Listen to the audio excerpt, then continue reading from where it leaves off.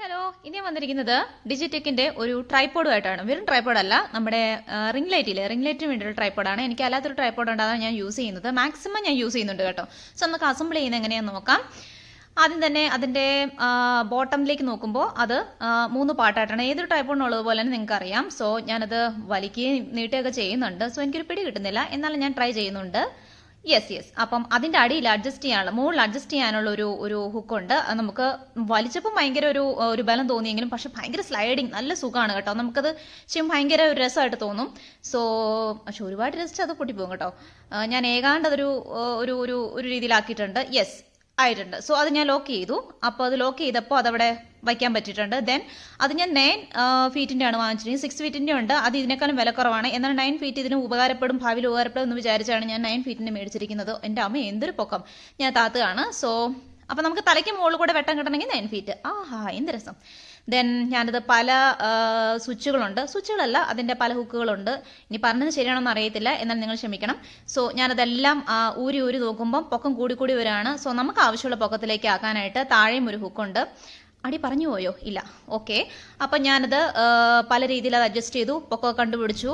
അവസാനം ring light പിടിപ്പിച്ചിട്ട് പൊക്കം പരിഹരിക്കാം എന്ന് ഞാൻ വിചാരിച്ച് റിംഗ് ലൈറ്റ് പിടിപ്പിക്കുകയാണ്.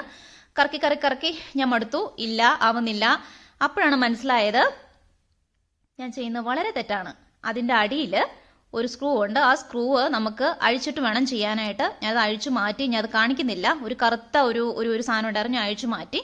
ഇനി അത് വളരെ സമാധാനമായിട്ട് അത് ഒന്ന് പിരിച്ചെടുത്താൽ മതി, അതായിക്കോളും. സോ ടെൻഷൻ അടിക്കരുത് എന്നെ പോലെ.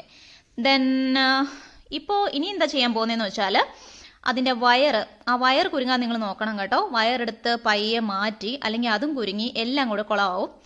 ദെൻ അത് കഴിഞ്ഞിട്ട് പൊക്കമൊക്കെ അഡ്ജസ്റ്റ് ചെയ്യണം. പൊക്കം അഡ്ജസ്റ്റ് ചെയ്ത് നമുക്ക് വേണമെങ്കിൽ നമ്മുടെ ഇഷ്ടത്തിനനുസരിച്ചുള്ള പൊക്കത്തിലേക്ക് 9 ഫീറ്റ് ആയതുകൊണ്ട് തന്നെ നല്ലൊരു ഉപകാരമാണ് കേട്ടോ. നമുക്കത് നമ്മുടെ ഇഷ്ടത്തിനനുസരിച്ച് തന്നെ തലയ്ക്ക് മുകളിലോ താഴേന്നോ സൈഡിൽ നിന്നൊക്കെ നമുക്ക് അഡ്ജസ്റ്റ് ചെയ്യാം. 6 ഫീറ്റും കുഴപ്പമൊന്നുമില്ല. പക്ഷെ എന്തായാലും ചെറിയൊരു വിലയുടെ വ്യത്യാസത്തിൽ നമ്മൾ 9 ഫീറ്റ് ഒഴിവാക്കാതിരിക്കുന്നതായിരിക്കും നല്ലത്. ഇപ്പോൾ നല്ല സെയിലിങ്സ് ഉള്ള ഓഫർ ഉള്ള ഒരു സമയമാണ് ഇപ്പോൾ ആമസോണിൽ. പിന്നെ പ്രൈം മെമ്പർഷിപ്പ് ഉണ്ടെങ്കിൽ നമുക്ക് വളരെ ഉപകാരപ്പെടും. ദെൻ ഞാനത് തിരിച്ച് പരീക്ഷണങ്ങളാണ്. യെസ്, അവസാനം ഞാൻ വിജയിച്ചു മക്കളെ. പിന്നെ അത് നമുക്ക് ഓണാക്കി നോക്കാം. അതിനകത്ത് ഡിമ്മ് ബ്രൈറ്റ്, അതായത് വോളിയം കൂട്ടാൻ എന്നതുപോലെ ഡിമ്മ് ബ്രൈറ്റ് അങ്ങനെ എല്ലാ ഇതുമുണ്ട്.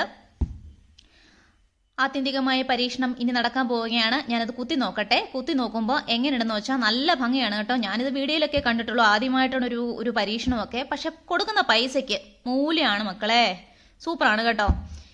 ഇനി നമുക്ക് പൊക്കുവോ താത്തുവോ ലൈറ്റ് ഇടുവോ ലൈറ്റ് കിടത്തോ എന്ത് വേണം ചെയ്യാം. ലൈറ്റിംഗ് എൻ്റെ ജീവിതത്തിൽ വളരെ വലിയൊരു പ്രാധാന്യം വഹിക്കുന്ന ഒരു കാര്യമാണെന്ന് ഞാൻ ഇനി അടുത്ത എപ്പിസോഡിൽ കാണുന്നത് വരെ, ഈ റിംഗ് ലൈറ്റുമായിട്ട് കാണുന്നത് വരെ ബൈ.